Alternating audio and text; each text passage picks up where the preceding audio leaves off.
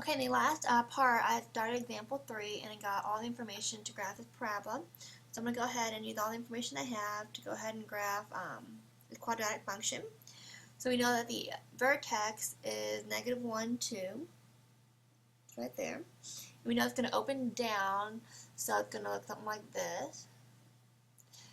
We know the x-intercepts are -2.410. So -2.10 will be right about there. And then negative, or 0.41, I believe, comma 0. Okay, so 0.41, comma 0. The y-intercept is 0, 1. That's right there. And axisymmetry is right here at x equals -1.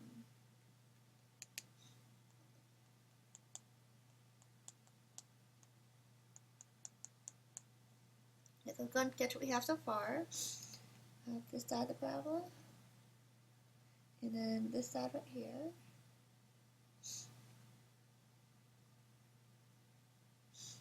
I'm going to erase that a little bit, not as accurate as I want it to be.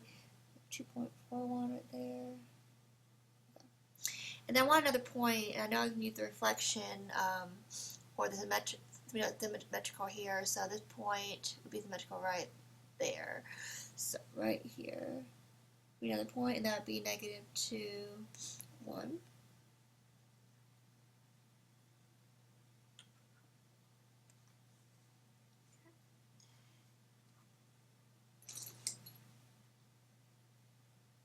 So let's go ahead and label the rest of the points. You don't have to label the rest of the points if you don't want to, because all the points are in your work. Here at that point, the vertex is right here. Your other x and y intercept are down here. So if you don't need to label these, because it kind of gets congested. So maybe I won't label the rest of those. Okay. So let's go ahead, and the next problem is on your own. And I want you to go ahead and graph this quadratic function and use the graph to identify the domain and range. And I actually forgot to do that in this last problem. So let's go ahead and do that real quick. The domain in this problem is from -infinity to infinity. And the range, the smallest y value is -infinity. And it goes all the way up to 2. Okay, so the highest point would be 2. Okay, so now go ahead and do the on your own problem. Go ahead and pause the video, and then it's on page 108. Go ahead and pause the video, and then when you start the video back up again, the answer will be given to you, and you can check your work. Okay, so I did the on your own problem. Hopefully you worked it out, and let's check our work. I know it's going to open down. The problem's going to open down. And the vertex, I get 2, 5. Axisymmetry is x equals 2. The x-intercept, I tried to set y equals 0, or sub y, 0 for y, and it doesn't factor. So I did the quadratic formula on the original equation here. And I got 2 values for x. I got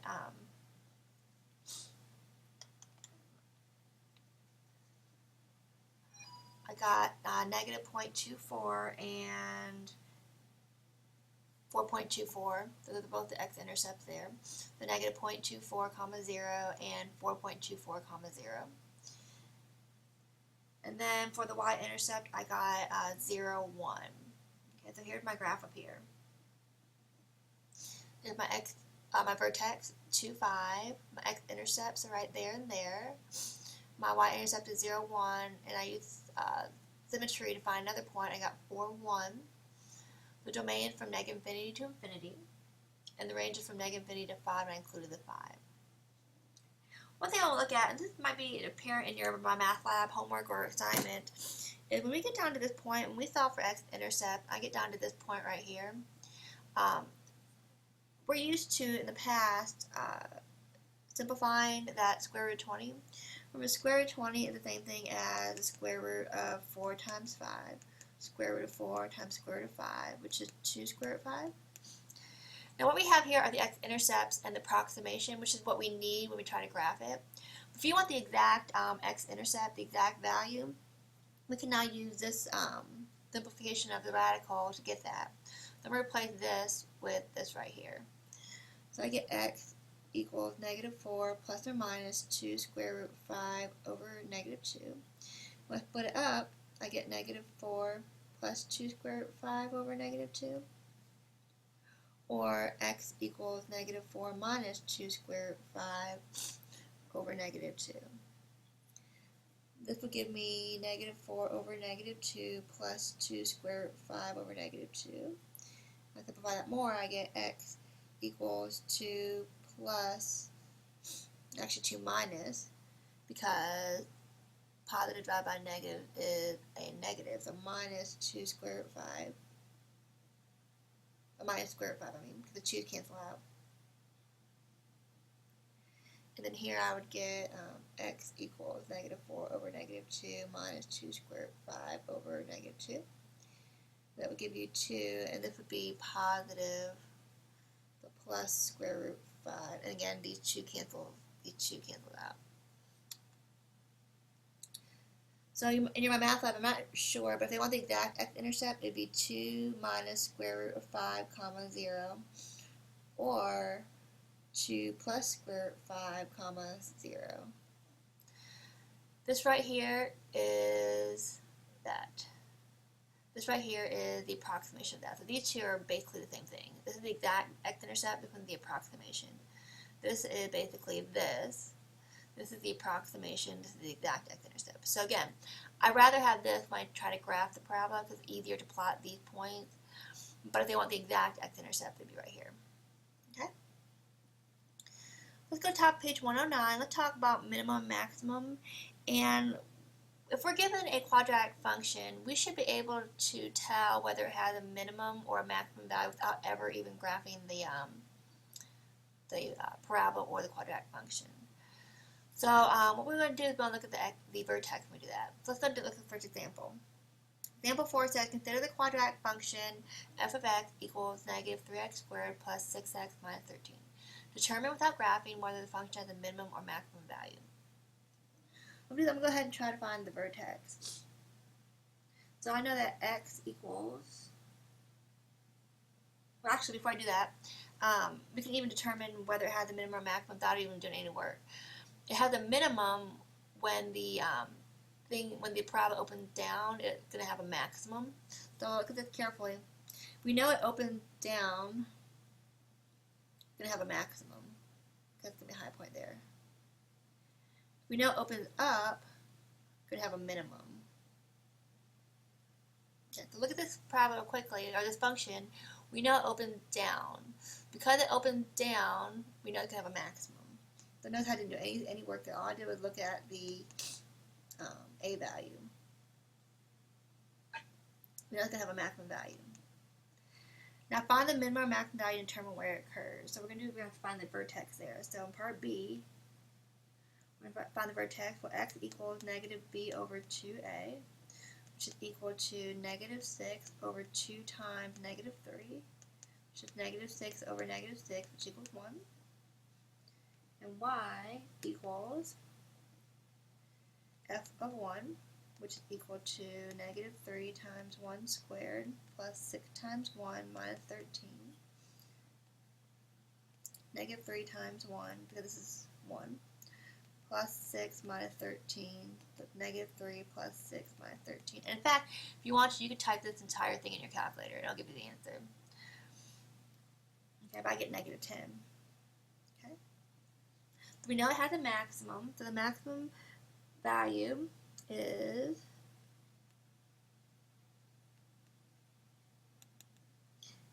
negative 10, and it occurs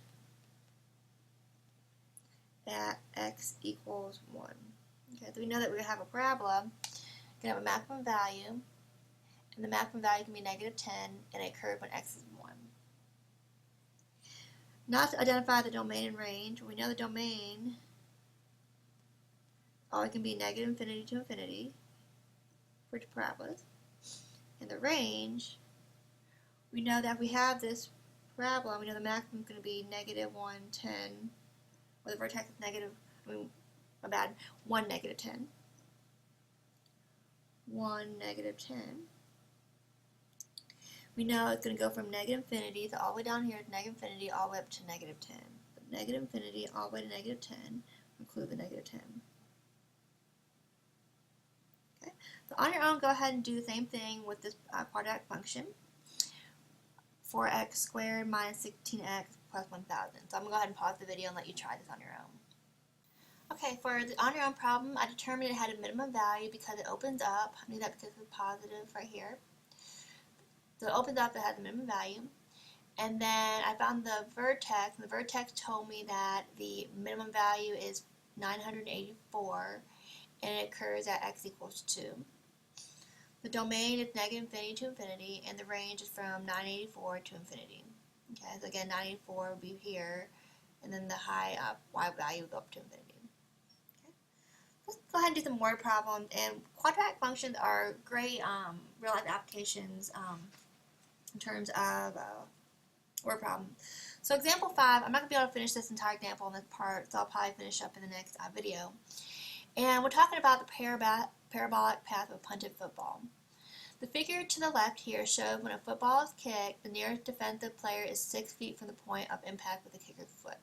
The height of the punted football, f of x in feet, can be modeled by this function right here, where x is the ball's horizontal distance in feet from the point of impact with the kicker's foot. We want to find the maximum height of the punt and how far from the point of impact does it occur. How far must the nearest defensive player, who is 6 feet from the kicker's point of impact, reach to block the punt? If the ball is not blocked by the defensive player, how far down the field will it go before hitting the ground? And then graph the function that models the football parabolic path. Lots of going on in this problem. Well, if you watch football and you know that a punter is kicking a ball, normally the ball, and you can look over here, when he kicks the ball, it's going to go up, up, up, up, up, up, and it reaches some high point and then come back down. And that's going to be a quadratic function or a parabola or parabolic path. So kind of sketching what's going on here, this would go up, up, up, up, up, up, up, up, up, and eventually come back down. Okay? So we want to find the maximum height the football is going to reach. So the maximum height, we're going to go ahead and find the vertex. So x is going to equal negative b over 2a. We have negative b, the negative of 1.18 over 2 times a, which is negative 0.01. Go ahead and pull my calculator out to help me with this. So I get 2 times negative 0.01, and I get negative 0.02. Divide those out, and I get 59. So the maximum height is the y value. So you want to know the y value. How high is it going to reach? Right there with the y value.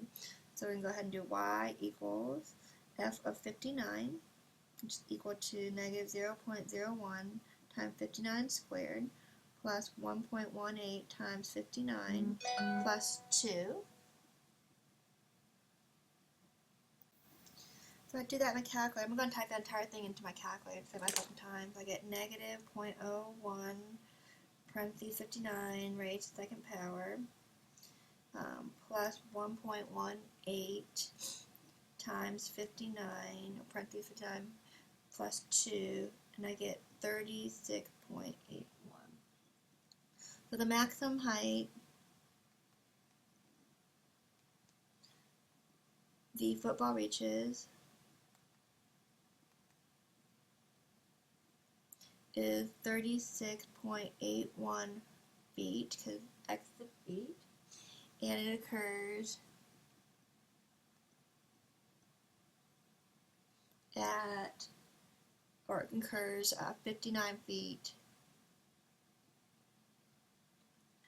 from point of impact. So I'm getting ready to run out of time here, so I'll go ahead and finish this video, or finish up this problem in the next video. But again, the maximum height the football reaches is 36.81 feet and occurs 59 feet from impact. So again, the maximum height up here would be 36.81 feet, and it's going to occur right about at 59 feet from the point of impact. So right about there would be 59.81 or 59 feet. Okay? So go ahead and stop the video.